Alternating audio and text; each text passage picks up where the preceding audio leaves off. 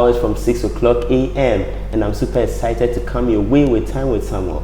You know, youth development is my priority. That is why today I have here in the studio Davis Adjabeng Boateng to come talk to us on his journey through to becoming a cabin crew and his experience. Before you get to hear from him, I would like to thank the kind courtesy of Dawa Dawa Coffee Shop, for giving me this space. You could rush in here for your coffee. They provide you with organic and made in Ghana coffee.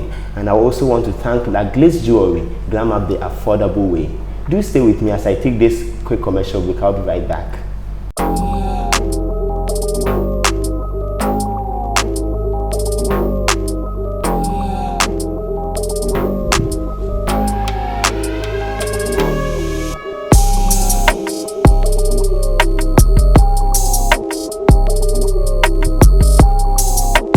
Welcome back after that short break. Today we're going to have a very interactive and educative session. You're so welcome, Davis. For how long have you been waiting for my call? We've actually, you know that. It's true. I can't really remember, but then it's finally, we've made it happen. It's true. Thank you so much. More than 4 months or It's true. Thank you so much. It's really good having you. Thank you so much for having me. All right, so let's really begin. Honored. I'm honored as well. So Davis, can you take us back a bit about yourself? Talk about yourself, your name, where you come from, and the schools you attended. Okay, so my name is Davis Adjabeng Boateng. I come from Goso in the Brong-Ahafo region. Okay. It used to be Brong-Ahafo, but now it's Ahafo region. I started my school in the Goso district with St. Peter's Preparatory School. It was a nursery, preparatory, kind of kindergarten kind of school. And then I moved to Accra. I studied at Blessed Amis Kids Garden from class 2 to class 6.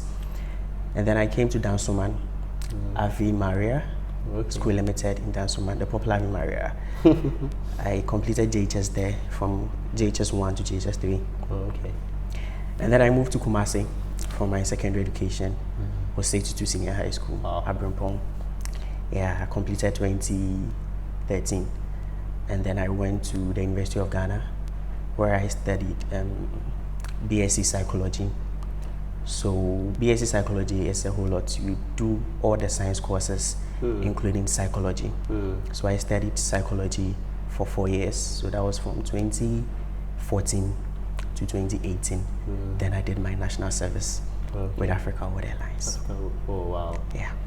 You know, the time I posted this, the flyer of our interview, I had people texting me and asking, "Are you going to talk about ship cabin crew or?" So can you tell us a bit about cabin crew, the history behind cabin crew? Okay, so we know the Wright brothers, they invented the aeroplane. But then before that, we had flying objects. But then we attribute the first successful flying objects to, what we call it, the Wright brothers. So that was in the 1903s. So in the 1912s, we had the first ever flight attendant. He is Mr. Kubis, Heinrich Kubis. Okay. He's the first flight attendant ever. So his job was, he mostly assisted passengers with their bags. And he was called a flight attendant because he attended to passengers as they come on board with their bags. Then in the UK's one airline called Imperial Airways, they also started recruiting boys into the job. So their task was mainly to help passengers with their bags. It was one airline in the US, Pan Am Airways, who started recruiting ladies to do service, as in serve food on board. So they were called stewards or stewardess because they were ladies and they were serving food. They didn't have the name flight attendant. But then later on, they got to know that, people were falling sick on board and there were a lot of medical issues on board. So they had to introduce nurses into the job. Wow. So to become a flight attendant or a steward, you need to be a nurse, a trained nurse. So we started recruiting nurses, and the first nurse to be recruited was Ellen Church. That was the name of the nurse. So it continued for a while, but then during the Second World War, that was in the 1940s, they realized that they needed the nurses on the battlefield. They needed the nurses in the hospitals. So the requirement for becoming a cabin crew was no longer, based on you being a nurse. Anybody could apply. But then it still remained with the ladies. It was a profession for the ladies. And later on, they got to know that passengers started abusing the ladies. They were harassing them, they were being physically abusive and all. So they had to introduce the gentlemen back into the job. So that was in the 1950s, 50s, 60s, 70s. Then the gentlemen came into the job. Now the name cabin crew came when we had the ACAIO. ACAIO is the International Civil Aviation Authority. They regulate civil aviation, activities all over the world. So they are under UN.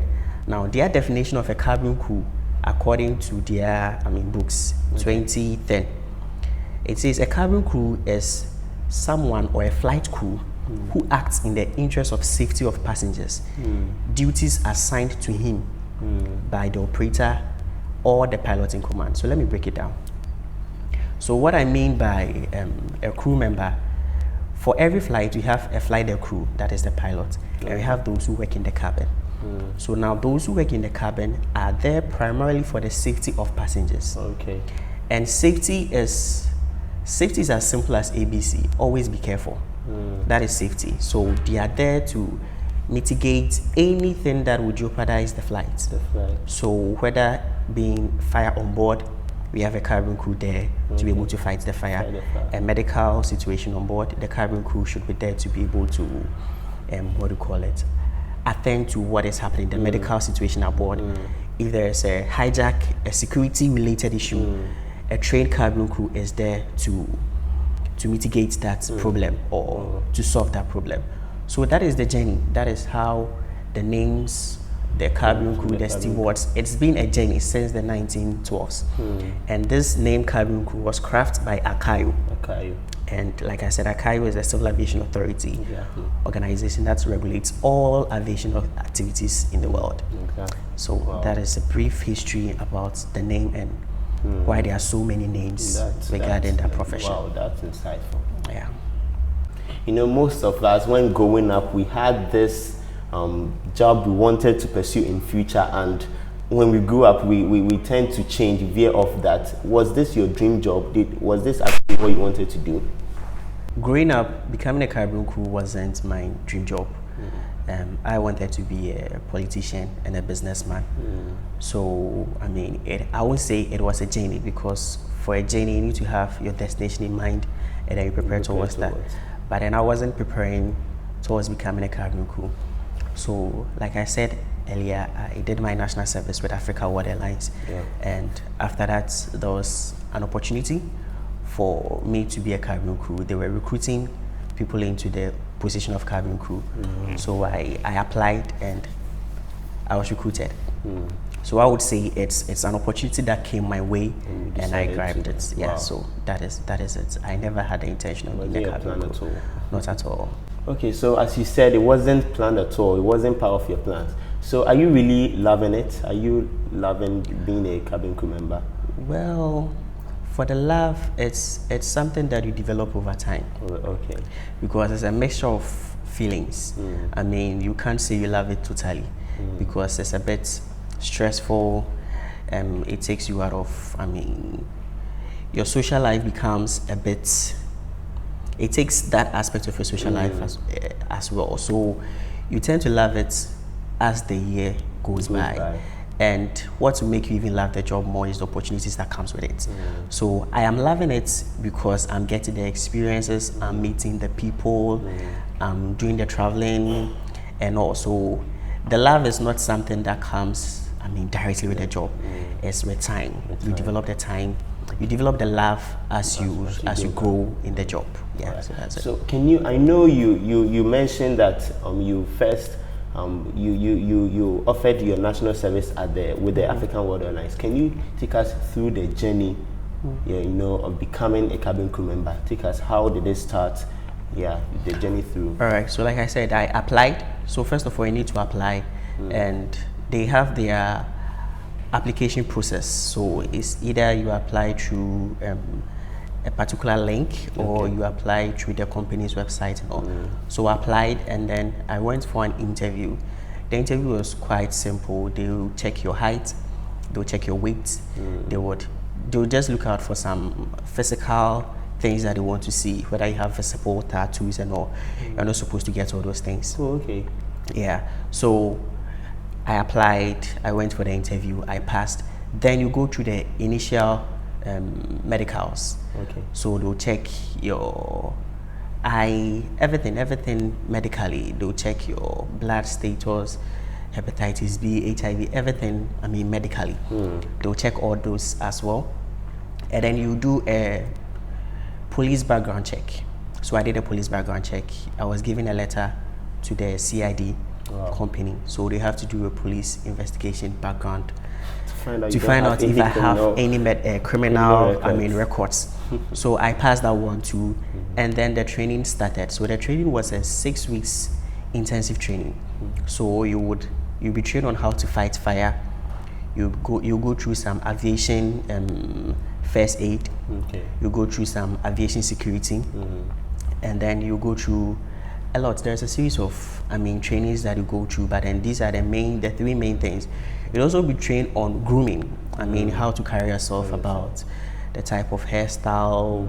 Everything for the ladies is quite intense when it comes to the grooming. The types of earring to even wear, you'll be trained on that. You'll be taught. You can't just wear any earring. You can't just have any hairstyle. So you go through that training as well. So after the training, and then you do another medicals.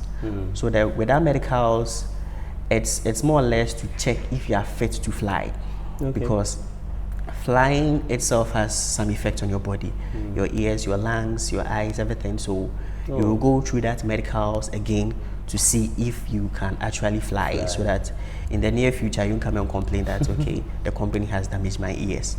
So if you fail that medicals too, you fail. You can't become a cabin crew. So I went through the medicals again, and I passed that one too. And then you'll be checked on your swimming. You have to know how to swim. Yes, so they'll take you through a swimming course. You have to pass the swimming test. And then so I did the swimming test, and I passed as well. And then finally you go and write a licensure exams with civil aviation. So the exams is quite tricky. It's a bit difficult, but then it's based on what you've been trained on throughout your 6 weeks. So I wrote the exams and I passed. So after the exams, you have to do what you call the line training. So the line training is now you would be in the aircraft to actually do what you have been taught.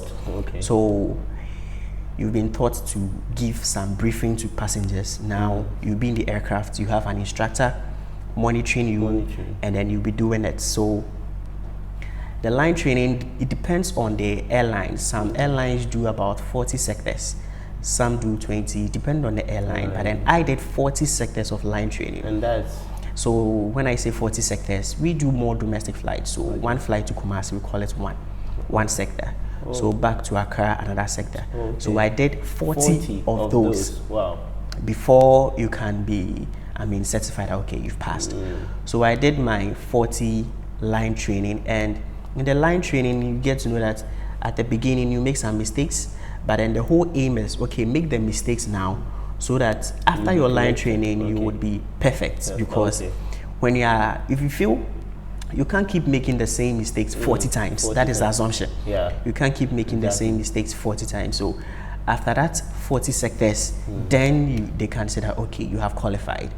Then you'll be given your name tag, you'll be given your uniform, you'll be given everything, and then you start flying as a cabin crew. So during the line training, do they let the passengers on board know this particular person is actually being trained? Because you might make some mistakes, and most of the passengers will think you are already a professional. Do they let the passengers know you are being trained before you start that? Yeah, honestly speaking, they don't make the passengers aware. but we have frequent flyers who will be able to know that, okay, this is a trainee, or this is just a fresher. He's just fresh in the job, because some mistakes will be obvious for starters. For example, you are doing a safety demonstration and you miss your steps. They'll get to know that, okay, this guy is a fresher. So they don't make passengers aware, but then the frequent passengers would be able to know that, okay, this is a trainee. And it's not, the way the whole thing goes, it is not something that will jeopardize safety. It is not going to be, I mean, you are going to work with somebody who is more experienced, so the person will be able to correct your mistakes. That will not put the safety of passengers in, as in, it will not compromise on the safety of passengers, because the person is well experienced to be able to correct your mistakes as and when you do them. So passengers are not made aware. But then the experienced ones are able to tell, oh, Aquaria Abba fresh, or he's fresh, or he's something like that. So that is it. But then the flight deck crew and then the company is aware that, okay, we've recruited some new cabin crew and they are going through training and all. So that is it. I know you've already mentioned some of the requirements. Like, you don't have to, there shouldn't be any to Antonio. Can you actually focus on the requirements? What are the requirements needed for this particular profession? Okay, so like I said, you have to be of a particular height, and that one, it depends on the airline you work with. Because the reason why height is needed is because we have some emergency equipment in the aircraft. So you should be able to reach those equipment whilst you are standing or you are tiptoeing. So if you are working on a very big aircraft and then an emergency equipment is in an overhead compartment somewhere, you should be able to reach it. That is the idea. So you need to be of a particular height, at least not less than, 160 centimeters tall. In some airlines, it's 212 centimeters, depending on the airline. So you need to have a particular height. Then the weight. The weight is also important, because, aircraft has to do with weight and balance and everything. So everything is calculated. I'm actually noting some points. You don't need to be, for a gentleman, a beginner, you don't need to be more than 70 kg. For a lady, not more than 60 kg. You need to be at least lesser than that. So you should also look at that as well. And then the requirement again is you should know how to swim. You should know how to swim. Yes, swim without a life jacket. You'll be trained on how to swim in a life jacket or how to survive in a life jacket. But then if your life jacket gets burst, what are you going to do? So it is a requirement. You should know how to swim. Have to know that. And then physically, you should look good. You understand? Physically, you should look good. You shouldn't have any physical deformities or, any visible tattoos. Yes, some airlines go to the extent of you shouldn't have any scar on your body. Yes, you shouldn't have a scar, either visible or no visible. You shouldn't have a scar. Yes, and there are reasons to all those things, but then it's a requirement. You also need to have a passport, a valid passport. Yes, because you'll be traveling and then you need a passport to travel. So you need to have a passport as well. And so even as a cabin crew member, your passport is really important. Very important. You need to have a passport. They check before you go on board. Yes, you need to have a passport. And the age, there's no age limit, but then for a beginner, some airlines require that it should be at least 18 years. Some airlines also require that it should be at least 21 years. And the reason for the difference is, the assumption is, or according to ACAIO, like I said, they are the civil aviation organization. They regulate everything civil aviation in the world. So for them, you need to have a high school degree for you to be able to work as a cabin crew. And to get that degree, most people within the ages of 18 years, they fall within that high school. But then other airlines require a degree, as in a degree from a university. So those airlines have that clauses for the 21 years, because the assumption is by 21 years you should be done or almost about to finish. So the age is also there as well. Apart from that, you should be fluent in your English language as well, because you do an aptitude test. They'll check your English proficiency and all. So that one too is also a requirement. There's this perception that you should be bilingual, so either have a French. Is that really the case? It's not always the case, but then some airlines require that. The language that you need. The aviation language is English, so you should be able to speak English. That is the underlying. Yes, that's the underlying thing. But then some airlines require that, okay, you need to be able to speak French and all. Okay. It is not always the case. It is a bonus for you, the person applying. You being able to speak another language is a bonus, but then it is not a major requirement. Yeah. Okay. You know, when you were talking, you mentioned that you go through some months of training. Is the training done by the particular airline, or any aviation school you could have the training over there? All right, so the training is done by the airline. Okay. But they mostly bring instructors from aviation schools and then civil aviation as well. However, some airlines are well equipped with those instructors. So the airline is able to, have instructors among themselves to be able to train you. So for example, like I said, you would go through firefighting. So we went to the aviation firefighting center. So they took us through the practical aspect of the firefighting. So the airline takes the cost for the training. Wow. Yes, but then the people who does the training, some can be from the airline, some can be from other institutions as well, depending on what is at stake. So like I said, firefighting, you need a fireman to be able to train you on how to fight a fire. A normal cabin crew has the basics on fighting fire. So with that, they'll bring an external person to come and do the training. But then the airline does the training. One thing I've noticed about aviation schools is the aviation schools give general aviation training. But in the airline, it's specific on the type of aircraft you're going to work on and the training you need because there are so many aircrafts. So if they go and train you on fighting fire with a blanket, but then maybe the aircraft you are going to work with, there's no blanket.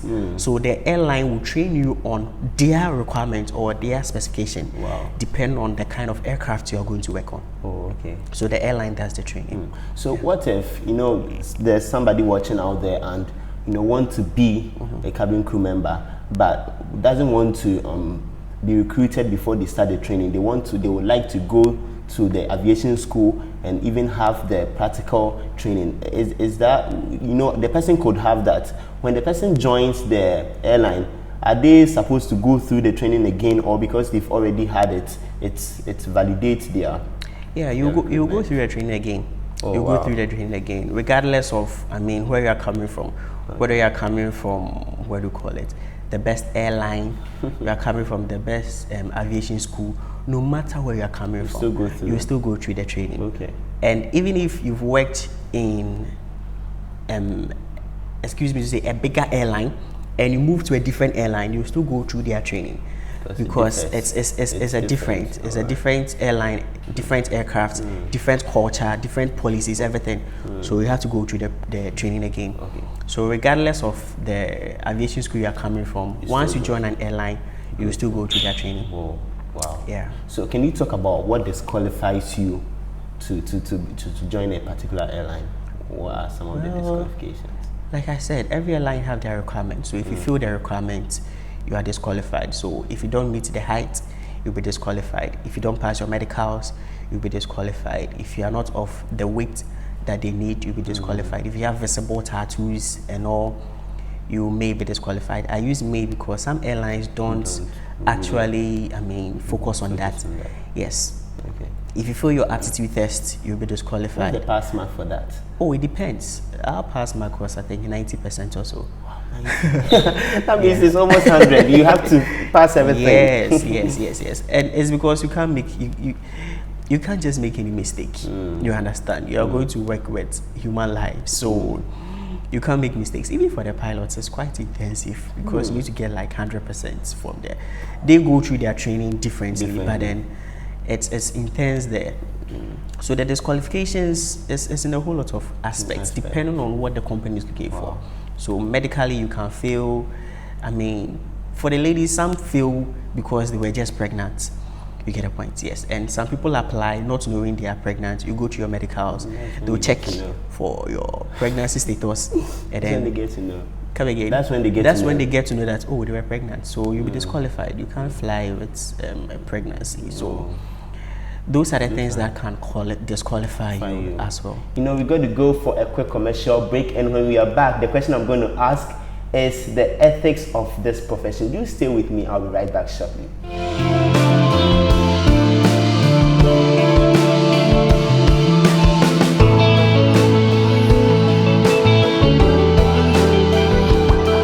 Welcome back. I'm really having a good time here, and I know you are too. You know, if you just joined us, I'm here with Davis Adjabeng Boateng, and we're talking about his journey through to becoming a cabin crew. And I want to say a very big thank you to Dawa for giving me this space. You could rush in here for your organic and made in Ghana coffee. I want to say a very big thank you to La Glace Jewelry, glam up the affordable way.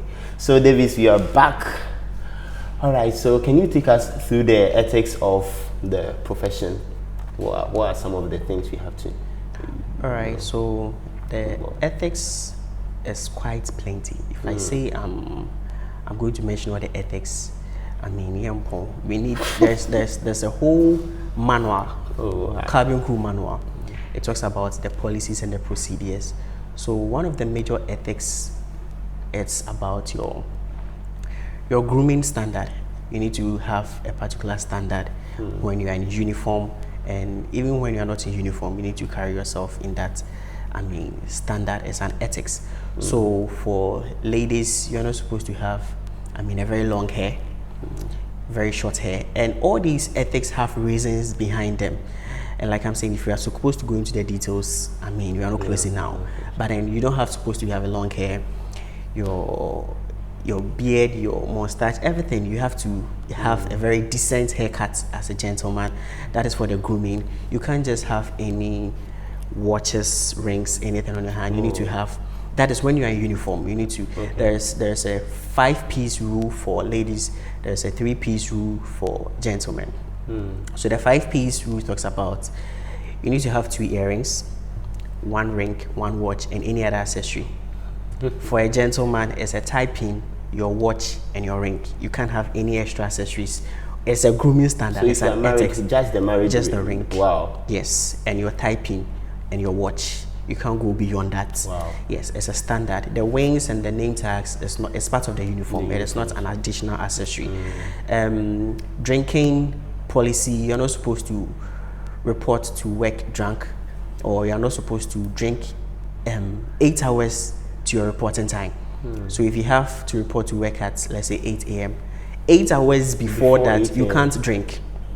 So if you want to drink, you can drink, but then make sure you don't drink before. There are so many ethics, and then we need the manual to be able to go to the med. There is even an ethics or a policy on blood donation. You can't just donate blood at any time you want. You need to inform the company. You need to go through some procedure, and every year you go through medicals.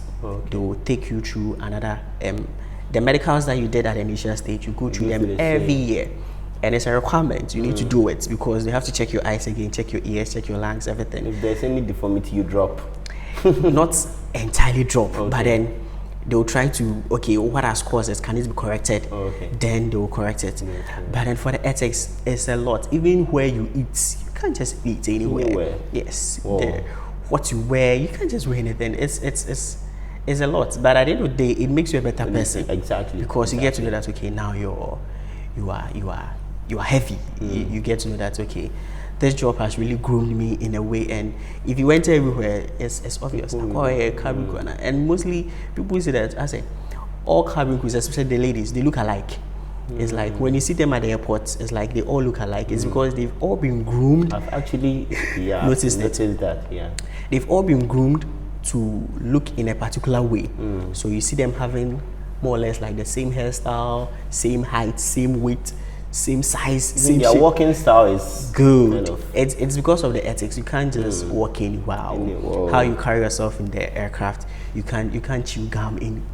It's a whole lot of a whole lot. You get the point. So the ethics is quite plenty. We need a manual to be able to go through the ethics, the do's and don'ts. So talk to us about some opportunities this profession presents to you as a cabin crew. The opportunities, it's quite numerous, but then the interesting thing is what may look as an opportunity for somebody is not an opportunity for somebody. Because personally, I mean, what I love about the job, it's the fact that you get to meet people. You need to meet people in high status in society.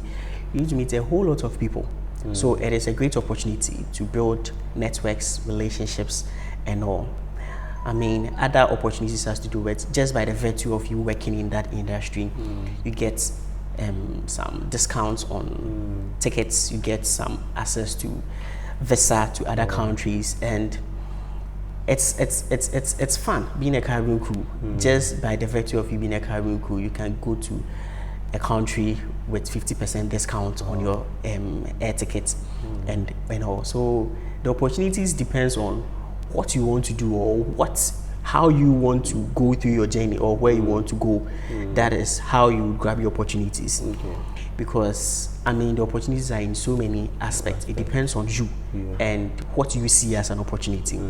Yeah, you get to travel all over the world. I mean, if that is what you want to do. Yes, some people, and it's interesting. It's fun. It's fun. Keep it that way. You know, in military there are hierarchies. Is that same? Can it be applied to your profession? Are there hierarchies in being a cabin crew? Yeah, there are hierarchies. So you start with a junior cabin crew member, and that is when you've passed your line training, you've gotten your license to fly as a cabin crew. You are a junior cabin crew. After some years, you will move on to be a senior cabin crew. Then after some years, you become a purser. A purser is like the senior of the seniors. So after becoming a purser, he can be a cabin trainer. So when you reach the cabin trainer status, now you can train other people to become cabin crew. And then from the cabin crew, you become an instructor, a cabin crew instructor. So now you are, I mean, the trainers will report to you, the instructor. You can teach other trainers and other cabin crew. So it is more or less like a higher version of the trainer. So the trainer would train the people on the line. So like I said, you go through a line training. So you'll be scheduled with somebody who is a trainer when you are going through your line training. But then the instructor is ahead of the trainer. So the instructor also checks the trainer.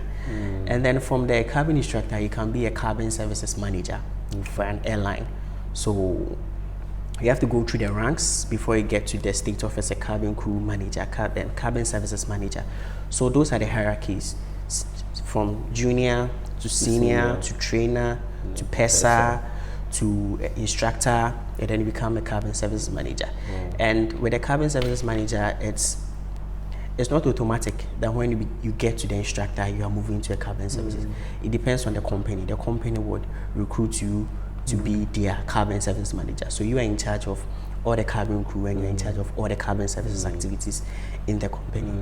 You know, there's this perception that cabin crew do not have time for their family. Is that the case, or how true is that? Yes, it is.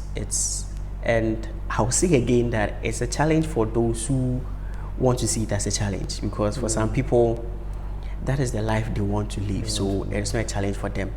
However, the challenges of this job is in so many aspects. We have the physical, emotional, and then even the social life, because you get to go to work on holidays. Holidays where, I mean, your family wants you home, or you want to spend time with your family, you'll be scheduled to go to work. It becomes a challenge sometimes, but then you get the balance whereby people are going to work on a busy Monday morning, and then that may be your off day, or a busy Friday evening where everybody's in traffic, but then you are off. So there's a balance. So the social life being a challenge for people is there. But then, like I said, it's a challenge for those who want to see it as a challenge. Me, for instance, I mean, I'm not married, I don't have kids, so I wouldn't see it as a challenge. But then somebody who has a wife, a husband, would have to leave the family, would have to leave the house as early as 3 a.m. to go to work and all. It may be a challenge because you have kids, you have to breastfeed your, I mean, a whole lot of things. You have to take care of a home and then also balance your work. There are days that you report to work and then you close very late. You get home at 11, 12 a.m. and all. So if you are in a particular status in life, or if you're a family person, it will be a challenge. But then for a beginner, a fresher, you wouldn't see it as a challenge, because I mean, this is you've not gotten anywhere in life, so it wouldn't be a major challenge for you as well. Yeah. So before you go to work, before you go on board, is there any time you feel this, you have this fear in you that the airplane might crash or anything? Do you have the kind of fear in you anytime you're going on board? Let me say this. There's a model which we call the shell model. This model makes you have that confidence that nothing is going to happen. We are in 2021. I mean, I can count the number of aircraft incidents that have happened in this year. There are not more than 100 worldwide. But in Ghana alone, we have about 200 plus daily road accidents. So the job puts you in a position whereby you are confident that, okay, things don't normally go wrong in the aviation industry. It takes a while. It takes petty mistakes. So that confidence is what will carry on when you are going on board, that you are working in an industry where you know safety is paramount. So with that, you have that confidence that nothing is going to happen. Things will get bad when you are bad. When you, the cabin crew, you don't follow procedure, the pilots are not following procedure, but then, like I said, the shell model, we have the software, the hardware, the environment, everything comes together to make you know that, okay, you are working in a secured industry. So you don't have that fear. Of going to fly or going to work. It is more, you are even relaxed going to fly, because you know that it is a secured industry. You get a point. So the fear would come when you yourself, you know that you are not well prepared. Yes, but then aside that, in totality, in general, the industry poses a very secure environment. So you know that you are going to work very secure and safe. So now let's go on board. Sure. Take us through some of the things you do on board. All right, so let me take you through before passengers come on board and all. So when you report to work, you would have a special briefing with the crew that you are going to work with, the cabin crew you are going to work with. So it will be basic, procedures. So in case there's fire in the lavatory, what are you going to do? You will discuss a few things, a few incidences, things that you are likely to see when you get on board. You discuss it with your other cabin crew. Then the pilots will come, and then they'll have a general briefing where we are going, the flight times, the altitude and all. So when you get on board, you have to do what we call a security check. You have to check the internal parts of the aircraft, check seat pockets, you check the lavatory, you check that everything is where it's supposed to be, and what is not supposed to be there is not there as well. Somebody can come and then leave an empty bottle there. So you make sure that the things that are supposed to be in the aircraft are not there. The things that are supposed to be there are also there. So that is what we call the pre-flight. You call it a pre-flight check. You do all this check. You check your medical, your emergency equipment, your medical equipment, everything. You check it, and then you would wait for passengers to come. So now when passengers are coming, what you will be doing is mainly to assist them with their seat numbers. So we have one person at the entrance of the aircraft receiving passengers. So welcome sir, can I help you with your seat? You look through the boarding pass. Okay, so your seat is, let's say, 5A. You direct the person to 5A. There are people in the aircraft as well assisting them with their seats. You help them with their bags, tell them, okay, keep your bag up here, keep your bag down there, keep your bag here, do this, sit down. You help them with their seat belts. If you have special passengers, we have people come visually impaired, we have mothers with infants. You help all those people as well. So basically that is for the boarding procedure. When we are done boarding, we will do what we call the safety demonstration of the aircraft. So every aircraft has its own safety related issues, where to exit in case there's an emergency and all. So we'll do that demonstration to passengers, to how to fasten the seatbelt, how to unfasten the seatbelt, the life vest, how to don the life vest, how to inflate it in case there's loss of cabin pressure, the oxygen masks, how to wear them, how to all the safety related issues of the aircraft. in case there's an emergency, what are your available exits? You show them the exits, where to pass, and then you have to brief people that we call ABPs, able-bodied passengers. So you brief them, okay, in case there's an emergency, this is your door, this is what you have to do, this is what you don't have to do, this is the composure. After everything, then you take your seats, and then you prepare for takeoff. So you take your seat, and in your seat we have a review that you do. You go through some, mental review as you are in your jam seat. You call it a jam seat. You can't just sit down and be thinking of anything. You have to go through some review in your head. And then after takeoff, you'll be released by the pilots. So after that, then you go and do your service. If you have other things to do, you do it. And then you'd constantly monitor the aircraft.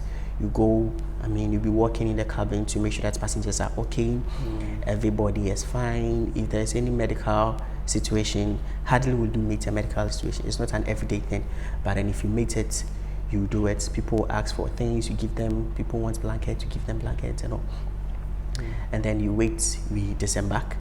When we are disembarking, we have positions that you have to be as passengers disembark. So somebody will be at the entrance again. Hello, sir, thank you, have a nice day. They go. People who need assistance, when they came, you help them again with the Mother City Fund. You help them carry their bags and all. So when passengers leave, then you do what we call a lost property check. So you check the aircraft again to see that nobody left anything. People leave their mobile phones, their laptops and things on board.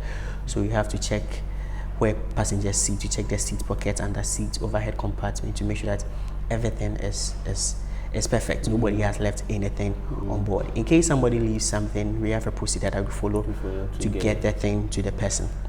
So basically that is it, before, during, and then after. After the day's work, you come back as a crew again, and then you do what we call a debriefing.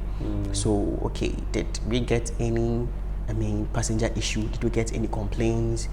We discuss all that. How can we correct it? How can we better it next time? Is there anything that the company has to be aware of? We do that as well, and then we write a report, and then we go home. So basically, that is the job. So, do you offer internship programs? For students who are already in school, and would like to? Do you offer internship programs like that? Well, cabin crew don't take interns. Because, like I said, you need to go through a training. So for you to fly as a cabin crew, you need to go through that training, write your exams, pass before you can fly. So we can't just take anybody to come and do internship. You can't do internship with people's life. You get the point. So you need to go through the process and then pass before you can be. You can be an intern in the company and do normal office staffs and all, but then for the position of a cabin crew, you can't be an intern. So you can be in school and still be training.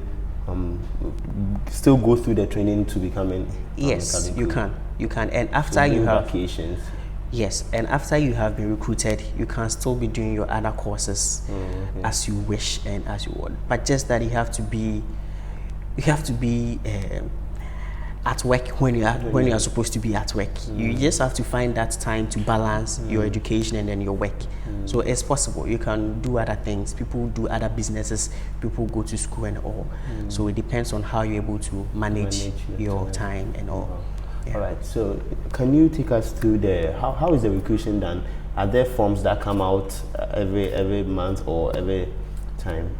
How is it done? All right. So for every airline, they have their own recruitment procedure. So let me make it general. Mostly there is a portal that comes out. So you apply to that portal, you send your CV and then your cover letter. After that, we have what we call the open day. The open day is where all those who were recruited would come for their assessment. So that is the day they check the height, they check everything, yes. But then the most important thing to know is it is very difficult for you to know that this airline is recruiting. So you need to follow them on their social media handles, because that is where you get to know the information.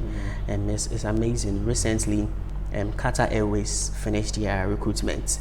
How many people knew about that? A few people knew about that, yes. And it's because people want to be cabin crew, but then they are following musicians. If you want to be a cabin crew, you have to follow the companies, follow the airlines, because if there is any job opportunity, that is where you'll be able to see it. And it's not fixed that okay, they recruit every year, they recruit every 2 years. As and when they need it, it will be there. So when you get to know of it, the requirements are there. So send a full-size passport picture, you send a passport picture. So everything that you will need would be there. So you look at it. If you want to apply, you apply, and then you pray. You get a point. So that is it. It is not it's not fixed that okay, they recruit every September. It is as and when they need it, and then you get to know about it, and then you apply. Wow, Davis, I've learned a whole lot, and I know the person out there has also learned. But before we end, Lagle Jewelry has something for you. Ooh.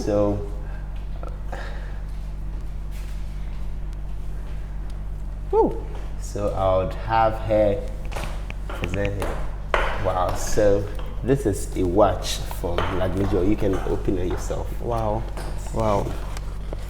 This is to say thank you so much for honoring our invitation and pouring out wisdom to us. Wow. Thank you so much. Wow. You know, a watch is also part of the requirements. Oh, wow. Yeah, you need to come to work with a watch.